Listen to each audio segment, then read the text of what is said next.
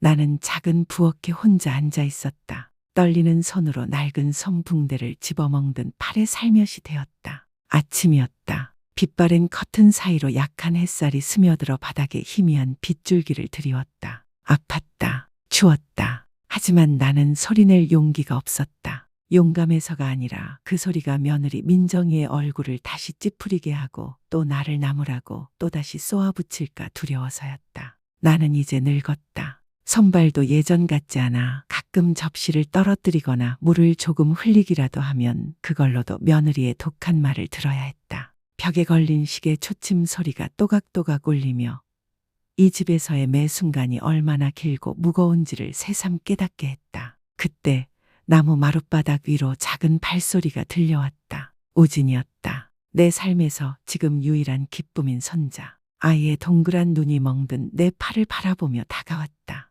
할머니, 팔이 왜 그래요? 왜 이렇게 보라색이에요? 그 어린 목소리가 내 가슴을 저리게 했다. 나는 얼른 소매를 내려 멍을 가리고 애써 웃으며 말했다. 괜찮아, 우진아. 할머니가 부주의해서 탁자 모서리에 부딪혔을 뿐이야. 걱정하지 마. 하지만 아이의 맑은 눈은 여전히 걱정스러운 빛으로 나를 바라보고 있었다. 거실 쪽에서 민정이의 차가운 목소리가 들려왔다. 우진, 뭐 하고 있어? 당장 이리 와. 몇 번을 말해야 할머니한테 그렇게 달라붙지 말라고 하니? 우진은 깜짝 놀라 나를 보며 뭔가 말하고 싶어 하는 듯 했지만 결국 말없이 돌아서서 엄마 있는 쪽으로 걸어갔다. 나는 아이의 뒷모습을 바라보며 목이 메어 아무 말도 할 수 없었다. 나는 얼른 눈가에 맺힌 눈물을 훔쳤다. 손자에게 이렇게 약한 할머니 모습을 보이고 싶지 않았다. 다시 익숙한 일로 돌아갔다. 떨리는 손으로 그릇을 상으로 옮기던 중 갑자기 접시 하나가 손에서 미끄러져 바닥에 떨어지며 산산조각 났다. 날카로운 깨지는 소리가 고요한 공간을 갈랐다. 나는 아직 주워 담기도 전에 민정이의 목소리가 들려왔다. 엄마 또 뭐 하시는 거예요? 아침부터 또 깨뜨리고? 제발 사람 좀 편히 살게 놔두세요. 나는 고개를 푹 숙이고 떨리는 손으로 깨진 조각을 하나하나 주었다. 날카로운 조각 하나가 내 손가락을 베어 피가 스며 나와 진하게 번졌다. 그래도 나는 소리낼 용기도 고개를 들 용기도 없었다. 민정은 코웃음을 치며 돌아서 버렸고 물어보는 말 한마디도 없었다. 나는 바닥에 주저앉아 찬 타일 위로 떨어지는 핏방울을 바라보았다. 문틈 사이로 한 줄기 바람이 불어와 노란 낙엽 하나가 부엌 안으로 날아들어 내 발치에 떨어졌다. 나는 그 낙엽을 주워 들고 한참을 바라보며 마음이 무거워졌다. 나도 저 낙엽처럼 늙고 약해져서 그저 세상 바람에 몸을 맡기는 수밖에 없는 존재구나. 내 시선은 벽에 걸린 낡은 사진에 멈췄다. 우리 가족이 모두 함께였던 그때의 사진. 그 사진 속 남편, 그리고 아직 젊고 잘 웃으며 다정히 엄마라고 불러주던 내 아들. 나는 살며시 눈을 감았다. 또 한 방울의 눈물이 흘러내렸다. 예전에는 나도 사랑받던 사람이었는데. 나는 깨진 그릇 조각들을 쓰레기 봉투에 담고 입구를 조심스레 묶었다. 마치 내 수치심과 고통까지 함께 묶어 숨기려는 듯이. 손은 사정없이 떨렸다. 그게 아파서인지 추워서인지 아니면 서러워서인지 알 수 없었다. 밖에서는 아침 햇살이 문틈을 비집고 들어와 바닥에 점점이 빗무리를 만들고 있었다. 하지만 그 빛은 내 마음을 조금도 따뜻하게 해주지 못했다. 나는 천천히 일어나 깨진 그릇 자리를 쓸고 바닥에 떨어진 피자국을 닦았다. 공기 중에 은은한 피냄새가 퍼졌다. 나는 고개를 깊이 숙였다. 반짝이는 바닥에 비친 초라한 내 모습을 참아보고 싶지 않아서였다. 벽에 걸린 시계가 7시를 알렸다. 그 순간 내 심장이 한 박자 어긋나게 뛰는 소리가 또렷이 들렸다. 또 하루가 시작되었다. 또 하루 나는 애써 살아내야만 한다. 나는 스스로에게 따뜻한 물 한 잔을 따랐다. 하지만 물이 입술에 닿자마자 다시 내려놓았다. 목구멍이 너무 메어와서였다. 이렇게 가슴이 슬픔과 외로움으로 가득 차 있을 땐 물 한 모금조차 넘기기 힘들었다. 익숙한 이 부엌을 둘러보았다. 바닥 타일 하나하나, 냄비 하나, 프라이팬 하나까지 그 모든 것에 내가 수십 년 동안 정성을 쏟아온 자취가 새겨져 있었다. 하지만 지금 이 부엌엔 차가운 기운과 내 안에 맺힌 한숨만이 남아있을 뿐이었다. 밖에서는 이제 도로에 차량 소음이 요란해지기 시작했고 아이들이 학교로 가는 즐거운 목소리가 들려왔다. 세상 사람들은 또 새로운 하루를 희망으로 맞이하는데 나는 그저 오늘 하루가 빨리 지나가 밤이 되기를 바랄 뿐이었다. 그래야 방구석에 몸을 웅크리고 스스로에게 말할 수 있으니까 나는 오늘도 살아남았다. 거실에서 들려오는 민정의 발소리에 나는 얼른 눈가를 훔쳤다. 이 약한 모습을 민정에게 보이고 싶지 않았다. 또다시 나를 탓하고 미워할 핑곗거리가 되지 않게 하기 위해서였다. 나는 낡고 해진 앞치마를 고쳐매고 식탁 모서리를 반듯하게 맞추고 의자도 가지런히 정리했다. 모든 것은 깔끔한데 오직 내 마음만이 엉켜 있었다. 내 시선은 무의식적으로 살짝 열려 있는 것일 문으로 향했다. 그 문틈으로 빛이 새어 나왔지만 내 마음속엔 그저 어둠만이 가득했다. 그 어둠은 나날이 조용히 견뎌야 했던 시간들, 가슴을 찌르는 독한 말들, 매일 마주하는 그 차가움의 그림자였다. 나는 깊게 숨을 들이쉬며 마음을 다잡았다. 나는 늙었다. 쓰러질 수 없다. 아직 아들이 있고 손자가 있다. 나는 이 집을 지켜야 한다. 비록 그 집이 더 이상 내게 평온한 안식처가 아니더라도 밖에서 보는 사람들은 다들 내가 행복하게 사는 줄 안다. 조용한 동네의 단정한 2층 집. 내 아들 재현은 모두가 부러워할 만큼 점잖고 성공했고 효심 깊다. 며느리 민정은 곱고 능력 있고 밖에 나가면 언제나 말도 점잖고 온화하다. 내 손자 우지는 착하고 예의 바르다. 사람들은 나를 보고 웃으며 말한다. 김 여사님은 복도 많으세요. 이렇게 자식 손자들 곁에서 편안히 노년을 보내시니 얼마나 좋아요. 나는 그저 웃으며 고개를 끄덕인다. 대답하지 않는다. 그들은 모른다. 이 닫힌 문 너머에는 어둠과 냉기뿐이라는 걸. 나는 한때 생각했다. 내가 착하고 참고 부지런히 하면 며느리도 나를 친정엄마처럼 사랑해 줄 거라고.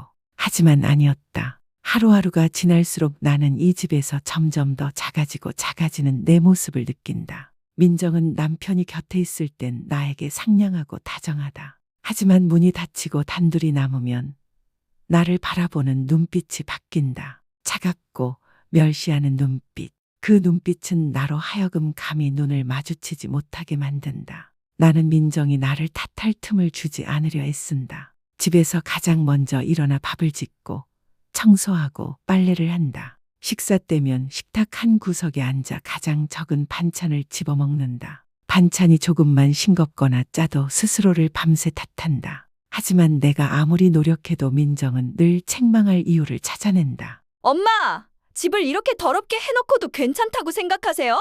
엄마! 이 국은 왜 이렇게 짜요? 우리 집안 사람들 다 고혈압 걸리라고요?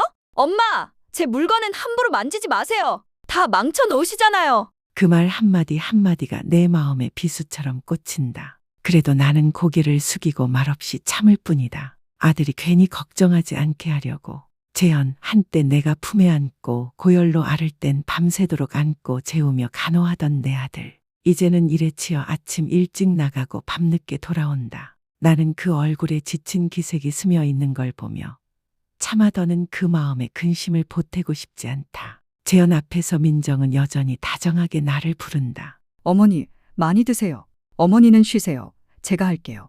친구들 앞에선 능숙하게 말한다. 저는 운이 좋게도 착하고 인자하신 시어머니를 모시고 살아요. 하지만 오직 나만 안다. 거실 문이 닫히고 재현의 발소리가 계단 너머로 사라지면 민정은 본색을 드러낸다. 칼날 같은 눈빛, 날카로운 목소리, 그 말투에는 이제 나에 대한 존중이 조금도 남아있지 않다. 매일 아침 나는 바닥을 닦고 설거지를 하고 빨래를 하고 널고 잠시도 손을 놓지 않는다. 그저 꾸중 듣지 않기 위해서다. 하지만 아무리 조심해도 작은 얼룩 하나, 옷자락의 한 줄 주름조차도 내 하루를 비난과 혼란으로 가득 채우기에 충분하다. 문득문득 나는 스스로에게 묻는다. 여기가 정말 내 집일까? 아니면 나는 그저 이 집에서 얹혀 사는 남일 뿐인가? 저녁이 되어온 가족이 거실에 모이면 나는 식탁 구석에 몸을 숨기듯 앉아 조용히 자식과 손자를 바라본다. 마음속으론 사랑이 가득하지만 감히 말을 꺼내지 못한다. 내가 한마디라도 하면 민정의 곁눈질 그리고 내쫓듯 방으로 가라고 할 그 핑곗거리가 될까봐 두려워서다. 많은 밤, 나는 작은 방에서 시계 초침 소리를 들으며 누워있다. 문틈 사이로 찬바람이 스며든다. 나는 이불을 목까지 끌어올리지만 가슴 속 냉기는 도무지 녹지 않는다. 그렇게 하루하루 나는 내 집에서 그림자처럼 산다. 누구의 관심도, 누구의 필요도 받지 못하는 조용한 그림자처럼. 밤이 깊어가고 집안은 고요에 잠긴다. 빈 방을 메우는 건 시계의 또각또각 소리뿐. 나는 방구석의 작은 침대 위에 몸을 웅크리고 창틈 사이로 스며드는 바람소리, 처마 위 마른 잎이 스치는 소리를 들으며 그저 그렇게 또 하나의 밤을 견딘다. 하루 종일 나는 쉴 새 없이 집안일을 하고 날카로운 말들을 묵묵히 참아냈다. 그런데도 왜 잠은 나를 찾아와 주지 않는 걸까? 나는 눈을 감았지만 머릿속엔 여전히 민정의 말들이 울리고 그 차가운 눈빛과 가슴을 아프게 찌르는 무심한 밀침이 떠올랐다. 나는 복도를 지나가는 민정의 발소리를 들었다. 숨을 죽였다. 방문은 굳게 닫혀 있었지만 내 마음은 오그라들었다. 나는 두려웠다. 이유도 모를 그 갑작스러운 꾸지람과 분노가 또 내게 쏟아질까 봐. 나는 벽을 향해 몸을 돌리고 눈을 감았다. 스스로에게 다짐하며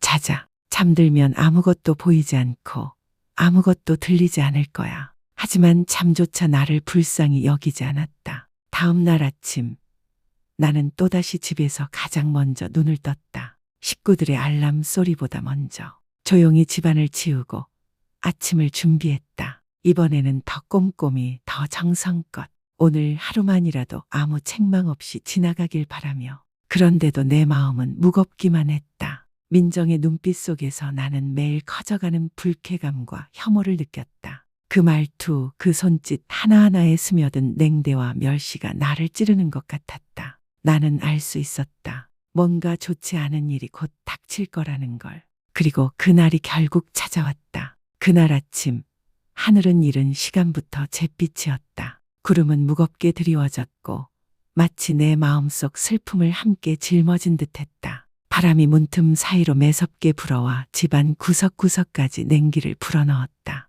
나는 여느 때처럼 새벽같이 일어나 아침을 차리고 손자의 학교 갈 옷을 준비했다. 그저 오늘 하루만이라도 평온히 지나가길 기도하며. 하지만 마음 한구석엔 불길한 예감이 어른거렸다. 재현은 서둘러 밥을 몇 숟가락 뜨고 인사하며 일터로 나갔다. 우진도 민정 손에 이끌려 학교에 갔다. 집안엔 나와 민정 둘만 남았다. 공간은 무겁고 답답한 정적에 잠겼고 내 심장 소리조차 더 무겁게 느껴졌다. 나는 식탁을 치우고 설거지를 하고 식탁을 닦았다. 어느 때보다 신중히 단 하나의 흠도 남기지 않으려 했으며 민정이 나무랄 틈을 주지 않으려 했으며 하지만 운명을 피할 순 없었다. 내가 막바닥 청소를 마치고 빨래를 넣을 준비를 하려던 순간 민정이 작업실에서 나왔다. 얼굴에는 납덩이 같은 어두운 기색이 드리워져 있었다. 엄마 또 바닥을 이렇게 미끄럽게 닦아놨어요? 저 미끄러져서 죽으라고 이러세요? 그 차갑고 날 선 목소리에 나는 몸이 떨렸다. 나는 고개를 숙이고 작게 중얼거렸다. 미안하다. 엄마가 닦았는데 아직 여기가 덜 말라서. 하지만 내 말이 끝나기도 전에 민정은 날카롭게 소리쳤다. 하루 종일 사람 귀찮게 하고 집에 있으면서 제대로 하는 것도 없고 사고나 치고. 나는 뒷걸음질 쳤다. 무언가 말하려 했지만 목이 메어 아무 말도 나오지 않았다. 나는 몸을 돌려 부엌 쪽으로 피해주려 했다. 그런데 갑자기 등 뒤에서 거센 힘이 느껴졌다. 내 늙은 몸은 균형을 잃고 앞으로 쏠렸다. 모든 게 악몽처럼 느리게 흘러갔다. 날카로운 나무 식탁 모서리가 눈앞으로 다가오고 이내 머리를 찌르는 듯한 날카로운 통증이 퍼졌다. 나는 바닥에 쓰러졌다. 시야가 흐려졌다. 피가 관자놀이를 타고 흘러내려 차가운 바닥 타일 위로 뚝뚝 떨어졌다. 민정의 목소리가 들렸다. 놀란 듯하지만 애써 감추는 기색이 역력한 목소리였다. 어머니 왜 이러세요? 왜 그렇게 부주의하게 다니세요? 나는 대답하고 싶었다. 아프다고, 힘들다고 외치고 싶었다. 하지만 입은 굳게 닫혔고 어지럼증이 몰려와 모든 소리가 점점 멀어지는 듯했다. 나는 그저 이렇게 생각할 뿐이었다. 설마 이게 내 끝인가? 내 집에서 내 가족의 손에 이렇게 쓰러지는 건가. 아득한 의식 속에서 나는 민정이 전화를 거는 소리를 들었다. 그 목소리는 너무나도 연기처럼 들렸다. 여보, 엄마가 넘어졌어. 엄마가 조심하지 않아서 머리를 부딪혔어. 얼른 와. 나는 눈을 감았다. 눈물과 피가 뒤섞여 얼굴 한쪽을 따뜻하게 적셨다. 병원으로 옮겨졌을 때 차갑고 새하얀 불빛이 얼굴 위로 비쳤다. 의사와 간호사들의 다급한 목소리, 바퀴 달린 침대가 덜컥거리는 소리. 재현이 뛰어와 내 손을 잡았다. 그 목소리가 떨렸다. 엄마, 왜 이렇게 된 거예요? 엄마, 제발 저 놀라게 하지 마세요. 나는 아들의 손을 꼭 잡고 싶었다. 엄마가 스스로 넘어진 게 아니란다. 아들아, 그 말을 하고 싶었다. 하지만 나는 그저 고개를 살짝 저을 뿐 떨리는 입술에서는 아무 소리도 나오지 않았다. 그리고 그때 내 눈은 의자에 앉아 웅크리고 있는 우진을 봤다. 걱정 가득한 얼굴, 금방이라도 눈물이 쏟아질 듯한 그 눈망울. 나는 손자를 바라보며 가슴이 찢어질 듯 아팠다. 안 돼. 나는 말을 꺼낼 수 없었다. 내가 입을 열면 이 집은 무너질 것이다. 내 아들은 고통스러울 것이고 손자의 마음에도 깊은 상처가 남을 것이다. 나는 다시 눈을 감고 눈물을 삼켰다. 병원의 창백한 불빛이 천장에 퍼지며 눈앞이 아찔해졌다. 소독약 냄새, 피냄새, 거즈 냄새, 그 모든 냄새가 뒤섞여 어지러움을 더했다. 나는 가만히 누워 옆에서 일정한 소리를 내는 의료기기 음을 들었다. 내 곁에 재현이 앉아 있었다. 그 손은 내 손을 꼭 쥐고 따뜻했지만 떨리고 있었다. 나는 그 손을 잡고 싶었지만 이 늙고 지친 두 손은 더 이상 힘이 없었다. 그저 고개를 살짝 기울여 흐릿한 눈으로 아들을 바라볼 뿐이었다. 재현의 눈빛에는 불안과 두려움이 서려 있었다. 엄마, 걱정 마세요. 제가 곁에 있을게요. 엄마 꼭 나아지셔야 해요.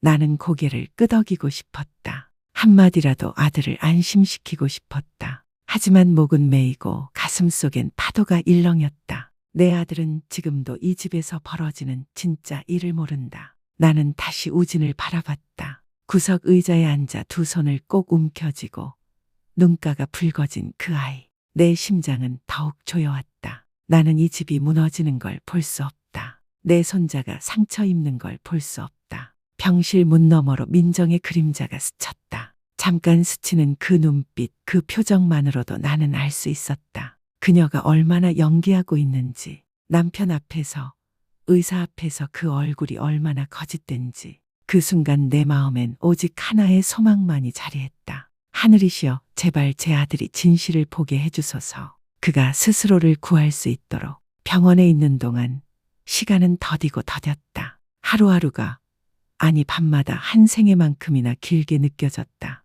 나는 잠을 이루지 못했다. 머리에 상처가 아픈 것은 일부였고 진정으로 나를 뒤척이게 하는 건 가슴속 깊은 상처였다. 재현은 늘 내 곁을 지켰다. 그 눈엔 걱정과 피로가 가득했다. 나는 그 눈빛을 보며 마음이 더 아팠다. 내 아들은 날 사랑하고 내 아픔을 아파하며 지내지만 아직 입을 열지 못한다. 아직도 의심과 아내에 대한 믿음 사이에서 갈등하고 있을 뿐이다. 민정은 여전히 매일 병원에 찾아왔다. 손에는 죽이 담긴 도시락을 들고 남편과 의사 앞에서는 다정한 말들을 늘어놓았다. 어머니, 죽 좀 더 드세요. 어머니 얼른 나으셔야 집에 가서 손주도 보고 그러죠. 여보, 나 어머니가 너무 걱정돼. 왜 그렇게 부주의하셨을까? 그 말들이 내 귀에는 씁쓸하게만 들렸다. 나는 알았다. 그 모든 말들은 껍데기일 뿐이었다. 재현이 보지 않는 곳 병원 문 너머에서 민정의 눈빛은 여전히 차갑고 여전히 나를 경계하고 혐오하고 있었다. 가끔 나는 눈을 감고 자는 척하며 누워 있었다. 그러면 재현이 내 곁에서 조용히 한숨 쉬는 소리가 들렸다. 혼잣말로 중얼거리는 소리도. 뭔가 이상해. 그냥 어머니가 넘어지신 게 아닐 거야. 그 순간 내 심장은 조여왔다. 나는 그 아이가 진실을 알게 될까봐 두려웠다. 그 진실은 내 아들의 가슴에 비수가 되어 꽂힐 것이고 그가 애써 지켜온 가정이 무너질지도 몰랐다. 어느 비 내리는 밤 나는 깜빡 잠이 들었다가 깼다. 창밖으로 빗소리가 슬프게 들려왔다. 재현은 내 곁에 앉아 창가를 멍하니 바라보고 있었다. 그 얼굴은 초췌했고 눈빛은 먼 곳을 향해 있었다. 그 아이는 내 손을 잡고 떨리는 목소리로 말했다. 엄마 나한테 말해줄 수 있어요? 엄마 어떻게 다치신 거예요? 난 엄마 상처가 그냥 넘어져서 생긴 게 아닌 것 같아.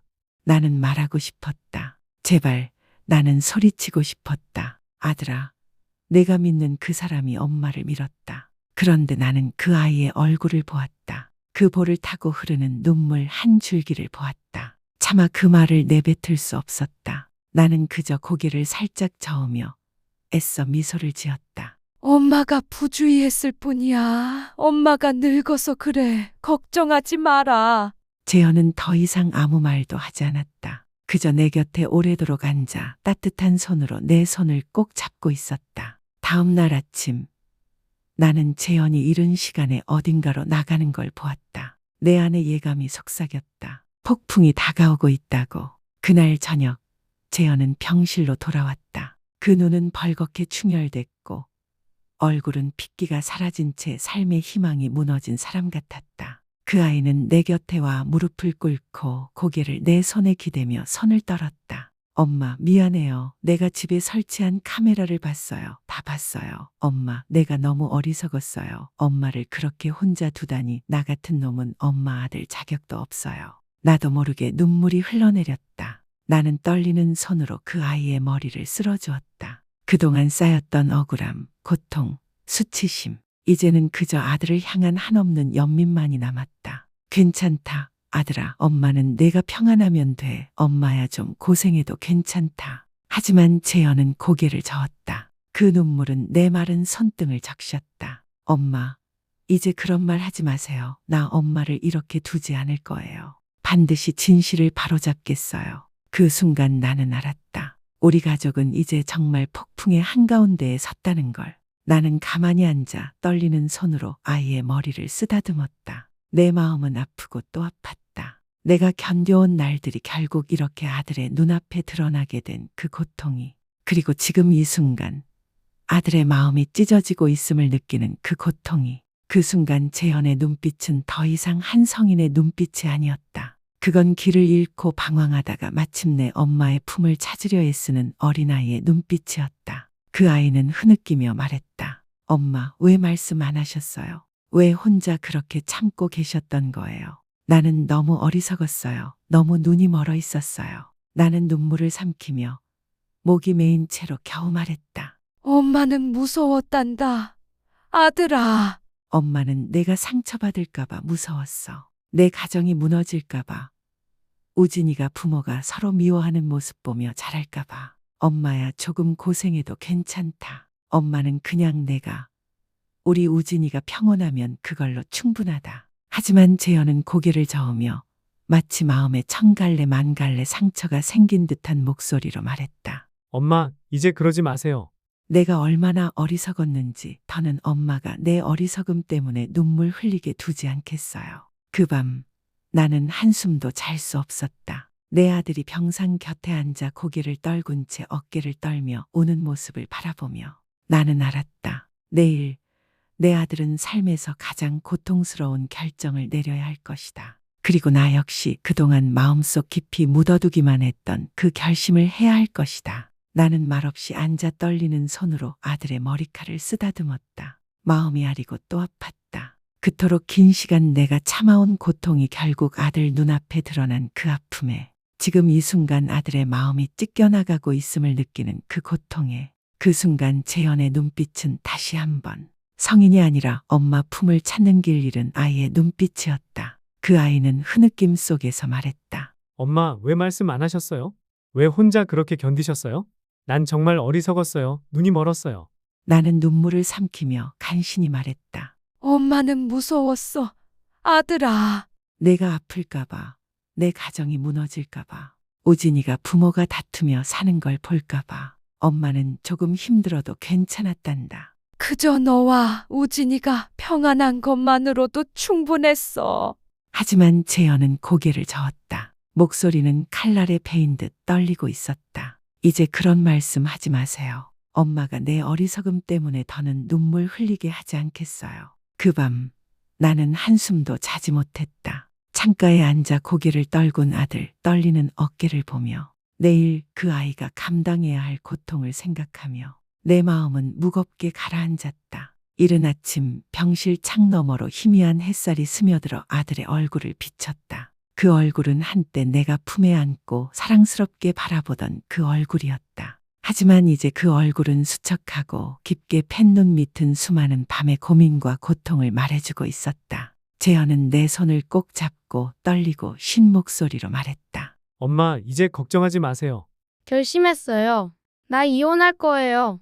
엄마가 더는 이런 고생을 하시게 두지 않겠어요. 엄마랑 우진이랑 나랑 우리 셋이서 새로 시작할 거예요. 그 말을 들으며 내 심장은 누군가 세게 움켜쥔 듯 아팠다. 나는 아들의 눈을 바라봤다. 그 안에는 결연함과 동시에 벼랑 끝에 선 사람의 두려움이 섞여 있었다. 나는 알았다. 그 결심이 현실이 되는 순간 그것은 내 아들에게 그리고 내 사랑하는 손자에게 이루 말할 수 없는 고통을 남기리라는 것을. 나는 아들의 손을 꼭 쥐고 마음 깊은 곳에서 우러나온 속삭임처럼 나지막이 말했다. 재현아, 그러지 마라. 제발 내 아이가 온전한 가정에서 자라게 해라. 엄마는 늙었어. 더는 바랄 것도 없어. 너만 평안하고 우진이가 잘 자라주면 그걸로 엄마는 충분히 복 받은 거야. 아들의 눈물이 뚝뚝 내 손등 위로 떨어졌다. 그 아이는 고개를 저으며 목이 메어 겨우 말을 이었다. 엄마는 평생 저 때문에 희생하셨잖아요. 이제 또 저 때문에 참으시려고요? 전 더는 못 받아들이겠어요. 제 자신이 너무 미워요. 이렇게 어리석고 눈이 멀었단 게. 나는 떨리는 손으로 아이의 머리칼을 쓰다듬었다. 가슴이 칼로 도려내는 듯 아팠다. 나는 내 아들이 너무나도 안쓰러웠다. 심지어 나를 아프게 한 며느리조차도 안쓰러웠다. 그리고 내 손자, 그 순한 아이는 더없이 애틋했다. 그 집안의 모든 사람은 내 피부치였다. 어떤 일이 있었든 나는 그들을 미워할 수 없었다. 나는 우진이를 바라보았다. 아직 세상의 풍파를 다 알지 못하는 그 아이가 구석 의자에 몸을 움츠린 채 걱정스러운 눈으로 우리를 보고 있었다. 내 심장은 다시 한번 찢어지는 듯 아팠다. 나는 무엇을 해야 할지 알았다. 우리 가족을 지킬 수 있는 단 하나의 길이 무엇인지도. 며칠 뒤 몸이 조금 회복되자 나는 퇴원을 요청했다. 재현은 걱정스러운 눈빛으로 나를 붙잡았다. 그러나 나는 이미 마음을 정한 상태였다. 나는 그 아이에게 말했다. 엄마를 다른 곳에서 좀 쉬게 해다오. 엄마는 괜찮다. 넌 내 가정을 지켜라. 민정이에게 한 번만 더 기회를 줘라. 우진이에게 따뜻한 집을 남겨줘라. 엄마는 누구도 원망하지 않는다. 엄마의 바람은 그저 너희가 평안하기만 하면 된다. 재현은 무릎을 꿇고 내 다리를 껴안은 채 어린아이처럼 흐느꼈다. 엄마, 다 제 잘못이에요. 제 잘못입니다. 제발 가지 마세요. 저도 엄마가 필요하고 우진이도 엄마가 필요해요. 나는 간신히 눈물을 참고 아들을 일으켜 세우며 떨리는 손으로 그 손을 잡았다. 목소리는 떨렸지만 마음은 단호했다. 엄마는 언제나 여기 있단다. 재현아. 항상 널 지켜보고 있을 거야. 하지만 엄마는 그 집에 더는 있을 수 없다. 너의 가정이 무너지는 걸 엄마는 볼 수 없단다. 제발 엄마 마음을 이해해다오. 내가 떠나던 날 하늘은 잿빛 구름으로 가득하고 겨울 초입의 바람은 매서웠다. 나는 몇 벌 낡은 옷과 몇 가지 자잘한 물건만 챙겼다. 재현은 눈이 붉게 충혈된 채 나를 배웅했고 우진이는 내 손을 꼭 붙잡고 떨리는 목소리로 말했다. 할머니, 가지 마세요. 저 착하게 자랄게요. 할머니를 지켜드릴게요.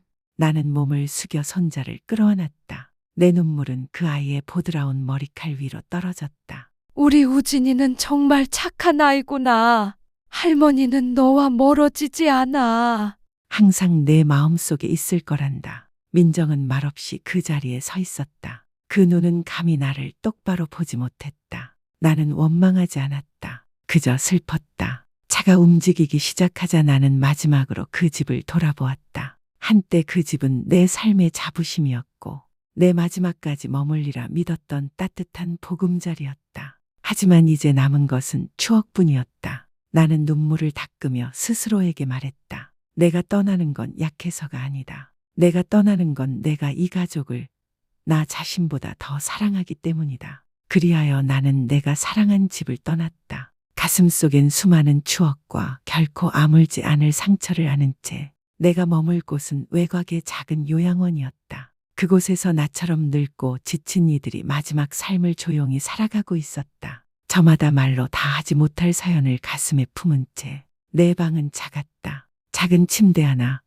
작은 책상 하나, 그리고 정원을 바라볼 수 있는 창문 하나가 전부였다. 이른 아침이면 나는 창가에 앉아 햇살이 이슬방울에 반짝이는 모습을 바라보았다. 해질 무렵이면 멀리 언덕 너머로 내려앉는 보랏빛 슬픈 노을을 가만히 바라보곤 했다. 하루하루가 지나면서 나는 외로움에 익숙해지기 시작했다. 더 이상 손자가 집안을 뛰어다니는 발소리도, 하루 일과를 마치고 엄마 하고 부르며 들어오는 아들의 목소리도 들을 수 없었다. 남은 것은 바람소리, 새소리, 그리고 내 마음속에서 울리는 고요한 소리뿐이었다. 그렇지만 나는 원망하지 않았다. 내가 떠난 것은 내 아들과 손자가 평안하길 바라서였다. 그들이 행복하다면 내가 어떤 고생을 하더라도 내 마음은 따뜻했다. 그러던 어느 날 나는 낡은 옷자락을 꿰매고 있었다. 그때 복도 끝에서 급히 달려오는 발소리가 들렸다. 문이 열리고 눈앞에 우진이가 서 있었다.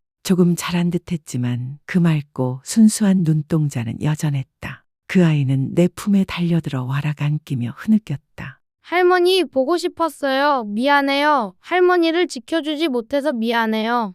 나는 손자를 안고 눈물이 흘러내렸다. 목이 메어 겨우 말했다. 아니야. 우리 우진이는 잘못한 게 하나도 없단다. 할머니는 단 한 번도 너를 원망한 적 없고 누구도 탓하지 않았다. 그날 이후로 우진이는 가끔씩 엄마 몰래 아빠와 함께 나를 찾아왔다. 그 아이가 올 때마다 나는 다시 살아갈 힘을 조금 얻는 듯했다. 그리고 내 아들, 그 아이는 늘 요양원 담장 너머 멀리서 나를 바라볼 뿐 선뜻 안으로 들어오지 못했다. 나는 이해했다. 그 마음속엔 남편과 아버지로서의 책임과 아들로서의 아픔이 얽혀 있었을 것이다. 나는 원망하지 않았다. 그저 그 아이가 평안히 살며 손자를 바르게 키우기만을 바랐다. 가끔 밤이면 창가에 앉아 산 위에 걸린 달을 바라보며 혼잣말을 하곤 했다. 나도 이제 늙었구나. 내 삶은 바람 앞에 등불 같구나. 그렇지만 나는 만족한다. 끝까지 어미의 사랑은 남아 그 아이들과 손주를 품어주었으니 내가 눈을 감는 날 마지막으로 아들의 미소를,